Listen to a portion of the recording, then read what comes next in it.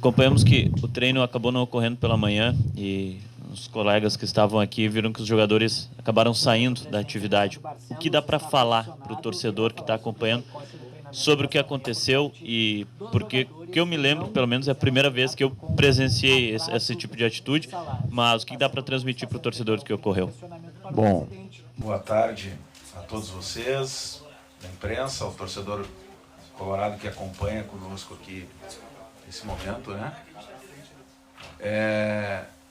Hoje pela manhã nós fomos surpreendidos, né? Eu não estava aqui no estádio, nem no CT, o Papaléu também, naquela hora, início dos trabalhos, com uma manifestação do conjunto dos atletas aí, e uma preocupação em relação a uma parte daquilo que uma parte recebe. Eu vou explicar para vocês, que são os direitos de imagem, da qual encontravam-se em atraso. Esse assunto chegou para mim por volta de 10 horas, mais ou menos, e como nós estávamos, tanto eu quanto o Papaléu, em atividades, nós encaminhamos junto com o William Thomas, que estava conversando com eles naquele momento, que era importante a gente esclarecer esse assunto, para que não ficasse nenhuma dúvida, como sempre fizemos, e transferimos o treino para a tarde, para que a gente pudesse, então, resolver essa situação com o grupo, e foi isso que fizemos, né? Uma parte, são contratos diferentes, de mais ou menos 45% a 50% do nosso elenco tem esse contrato, a outra metade não tem contrato de imagem. É importante salientar que todos os contratos laborais, trabalhistas, são rigorosamente pagos em dia no Internacional, e assim tem sido todos os meses, com muita dificuldade. Vocês todos conhecem, não é a primeira vez que a gente fala e vai falar aqui de novo da situação difícil que o clube atravessa, e o direito de imagem é uma parte desse salário que é ligada inclusive a pessoas jurídicas e não pessoas físicas, da qual o clube utiliza o seu fluxo, sempre cuidando da legislação, porque isso tem legislação que rege, para que se mantenha dentro de um espaço, às vezes até adiantado, às vezes em dia, e às vezes 1 ou 2 meses atrás.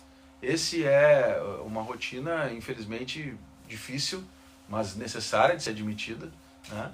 E que, mais uma vez, até porque tivemos aí uma oxigenação muito grande no grupo de atletas, deixar isso claro para quem chegou, da transparência como a gente trabalha, da forma como a gente trabalha, para que isso não venha atrapalhar, enfim, a continuidade da temporada. Eu tenho certeza que a gente tem um grupo bastante comprometido com isso, e é dessa forma que a gente quer levar adiante. Então foi feita essa conversa agora à tarde, com a presença de todo o departamento de futebol. Eu vim para cá, conversamos, e o treino está acontecendo, e a gente tem que estar preparado, porque domingo temos um grande desafio, que é o jogo contra o Bragantino, enfim, e a temporada toda sul-americana, e os jogos que temos pela frente, 2 jogos fora, né? Importante que a gente esteja focado nesse trabalho. Presidente, qual foi a sua reação com a postura dos jogadores e qual é a sua avaliação em relação à postura dos jogadores que fizeram esse protesto? E como o senhor falou, pegou o senhor de surpresa, o senhor não estava aqui, não estava esperando isso. O que o senhor achou e qual é a sua análise sobre a postura dos jogadores? Veja bem, os jogadores, por óbvio, eles têm o direito, né, como todo trabalhador. Repetindo, tem o direito. Tá dando interferência. Meu não. Bom, vamos lá. Respondendo a tua pergunta, Tiger, os jogadores, por óbvio, têm o direito a este contrato, que é um contrato de imagem, né? Então, portanto, não vou eu aqui fazer juízo quanto ao direito, né? E a legitimidade de algum tipo de manifestação. O que nós nos surpreendemos foi que esse assunto estava sendo resolvido, né? Nós tivemos aí uma operação que estava acontecendo de ingresso de recurso, e ela poderia acontecer tanto ontem, quanto hoje, quanto amanhã, nesses 3 dias.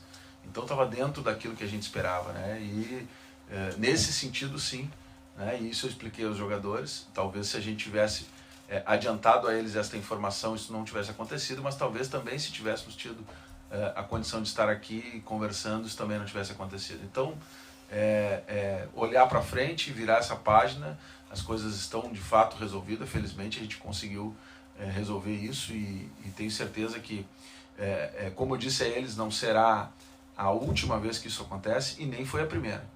Né? O futebol brasileiro hoje, e eu falo isso em nome dos clubes que têm enfrentado uma dificuldade, por isso a discussão também emperrada de uma nova liga, para que a gente possa diminuir essas diferenças e que os clubes possam ter uma receita extra que faça parte desse contexto, porque sem isso dificilmente a gente vai conseguir manter os grandes talentos aqui, qualificar as equipes, fazer equipes fortes, enfim, competir de forma um pouco mais equilibrada. Presidente, qual é o impacto que isso deve ter durante o relacionamento diretoria, comissão técnica e jogadores durante essa temporada? Durante essa temporada, principalmente por conta... Vamos guardar mais interferência aí.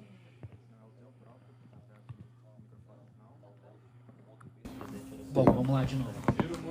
Bom, presidente, voltando então, qual o impacto que o senhor acha que pode ter no relacionamento com os jogadores, da diretoria, da própria comissão técnica, porque até onde se sabe partiu de lideranças do elenco. Então eu queria, se o senhor falou com essas lideranças, como é que está sendo e se isso pode ter um impacto futuro. É importante, Douglas, dizer que foi de comum acordo essa decisão de transferir o treino para a tarde, tá? Talvez não tenha ficado claro aqui. Nós entendemos que era melhor do que o treino acontecer de manhã com esse assunto em aberto, os jogadores irem para casa e a gente resolver isso amanhã. Então, o pedido foi nosso também, de que a gente tivesse essa condição de fazer o treino à tarde, para que eles viessem mais cedo, a gente sentasse, como sempre fizemos, e pudéssemos deixar muito claro essa relação, como sempre foi, né? A gente tem que trabalhar aqui exatamente para que isso não tenha maiores consequências e que a confiança, que aliás é um ponto forte, né? Eu quero dizer isso para vocês, da relação que se construiu aqui ao longo dos anos, de transparência. Nós tivemos momentos difíceis durante a pandemia, onde a gente teve que repactuar muita coisa, e foi repactuado com um grupo de jogadores, com o entendimento de todo mundo. E não é diferente agora, um momento também difícil, nós fomos desclassificados de uma Copa do Brasil, onde se esperava uma receita importante para honrar esses compromissos. Isso não foi, né, não foi por culpa de todos nós, né, alcançado, e portanto estamos todos dentro do mesmo barco e temos que remar na mesma direção para sair sempre do outro lado de uma forma positiva.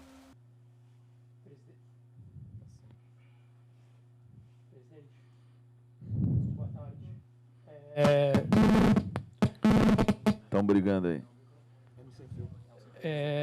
Queria te perguntar.